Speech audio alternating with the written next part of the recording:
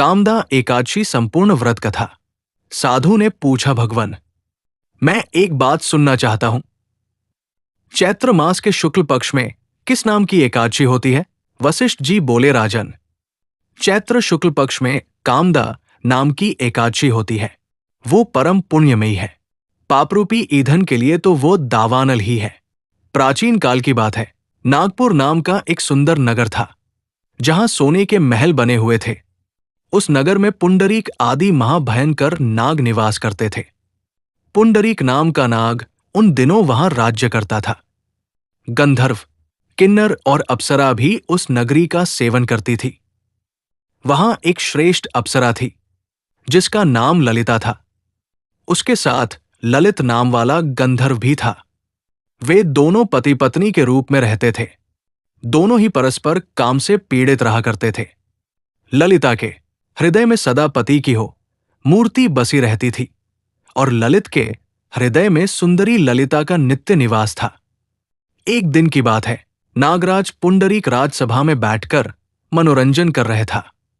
उस समय ललित का गान हो रहा था, किंतु उसके साथ उसकी प्यारी ललिता नहीं थी। गाते गाते उसे ललिता का स्मरण हो आया। आता उसके पैरों की गति रुक गई और जीभ लड़खड़ाने लगी। नागों में श्रेष्ठ ककरकोटक को ललित के मन का संताप ज्ञात हो गया। आता उसने राजा पुंडरीक को उसके पैरों की गति रुकने एवं गान में त्रुटि होने की बात बता दी। करकोटक की बात सुनकर नागराज पुंडरीक की आंखें क्रोध से लाल हो गई।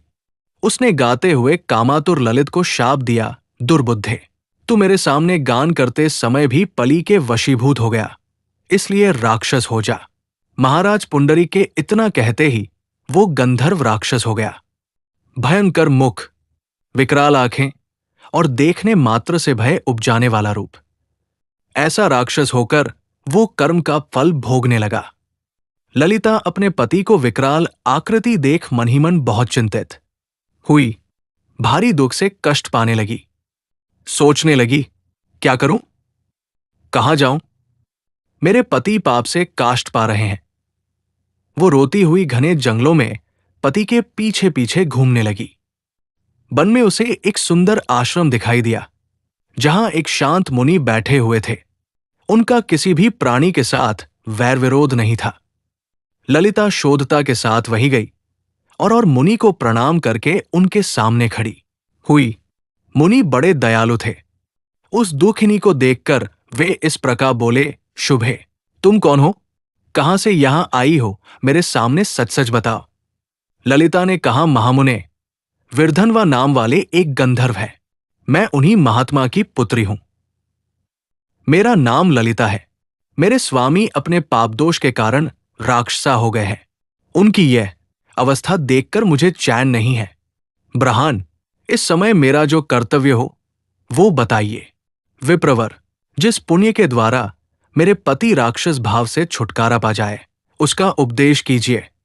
ऋषि बोले, भद्रे, इस समय चैत्र मास के शुक्ल पक्ष की कामदा नामक एकादशी तिथि है, जो सब पापों को हरने वाली और उत्तम है। तुम उसी का विधि पूर्वक व्रत करो, और इस व्रत का जो पुण्य हो उसे अपने स्वामी को दे डालो। पुण्य देने पर क्षण भर में ही उसके शाप का दोष दूर हो जाएगा। राजन, मुनि का ये वचन सुनकर ललिता को बड़ा हर्ष हुआ।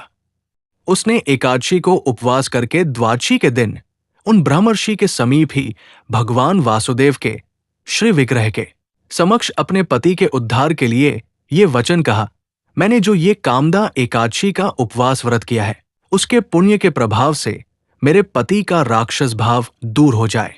वशिष्ठ जी कहते हैं, ललिता के इतना कहते ही उसी क्षण ललित का पाप दूर हो गया। उसने दिव्य देह धारण कर लिया।